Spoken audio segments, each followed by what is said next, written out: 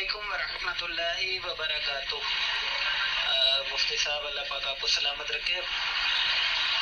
عرض آپ سے یہ کرنی تھی کہ ایک شخص نے کمیٹی ڈالی تو وہ کمیٹی اس نے توڑ دی اور لوگوں کے پیسے اس سے استعمال ہو گئے، تو ان پیسوں کو لینے اس کا بیٹا جایا کرتا تھا۔ اب تقاضا کرنے والے اس کے بیٹے سے کہہ رہے ہیں کہ آپ لے کر جاتے تھے پیسے ہم سے، تو آپ ہی ہمیں ادا کریں، اور انہوں نے حضور صلی اللہ تعالیٰ علیہ وسلم کا واسطہ پیش کیا ہے۔ تو اب اس مسئلے میں کیا رہنمائی ہے؟ برائے کرم یہ تو بتا دیں۔ السلام علیکم ورحمۃ اللہ وبرکاتہ۔ وعلیکم السلام ورحمۃ اللہ وبرکاتہ۔ ایک بندے نے کمیٹی ڈالی لیکن کمیٹی کو توڑ دیا۔ اس کا بیٹا کمیٹی لینے کے لیے جایا کرتا تھا، تو جو کمیٹی دینے والے ہیں انہوں نے اس کے بیٹے کو کہا کہ آپ ہمارے پیسے واپس کرو، اس لیے کہ تم کمیٹی لے کر جایا کرتے تھے۔ اس نے نبی علیہ الصلوۃ والسلام کا واسطہ دیا، آپ کا نام لے کر آپ کا واسطہ دیا کہ میں اس میں جو ہے کمیٹی کے معاملے میں مجھے انوال نہ کرو۔ تو اب پوچھ رہے ہیں کہ کیا کیا جائے؟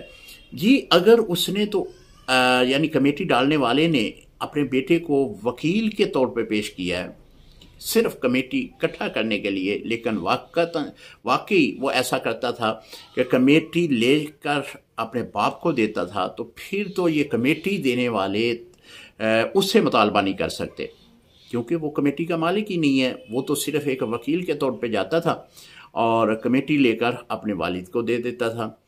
اگر اس نے یعنی باپ نے اس کو کمیٹی کا حقدار بنایا ہے بیٹے کو، اور کہا ہے کہ جو کمیٹیاں تو نے اکٹھی کرنی ہیں وہ تم اپنے پاس رکھنی ہے، تو پھر تو آپ بالکل صحیح اس سے مطالبہ کر سکتے ہیں، کیونکہ کمیٹی وہ لے کر جاتا ہے اور وہی اپنے پاس رکھتا ہے، تو آپ اس سے مطالبہ کریں کہ مجھے ہماری کمیٹیاں ہمارے واپس کر دے۔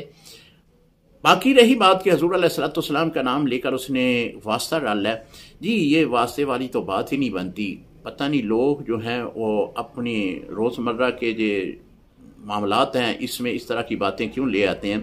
یہ معاملہ جو ہے حضور علیہ الصلوۃ والسلام کا نامی اسم گرامی لے کر اس نے کہا ہے کہ میں یہ ان کا واسطہ ہے، بالکل ایسی بات نہیں ہے۔ کئی معاشروں میں ہمارے پاس ایسے سوالات بھی آتے ہیں، کئی معاشروں میں لوگ کیا کرتے ہیں کہ قرآن پاک لے کر جاتے ہیں کہ جی اس قرآن کا صدقہ ہے، یہ قرآن ہم لے کر آئے ہیں، آپ ہمیں اپنی بیٹی کا رشتہ دے دو۔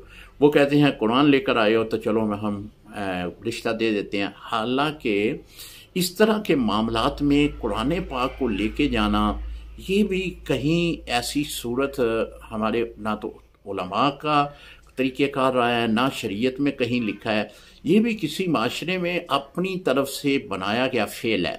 اس طرح کے فعل جو ہیں وہ شریعت کے خلاف ہیں، اس طرح کا کام نہیں کرنا چاہیے۔ السلام علیکم ورحمۃ اللہ وبرکاتہ۔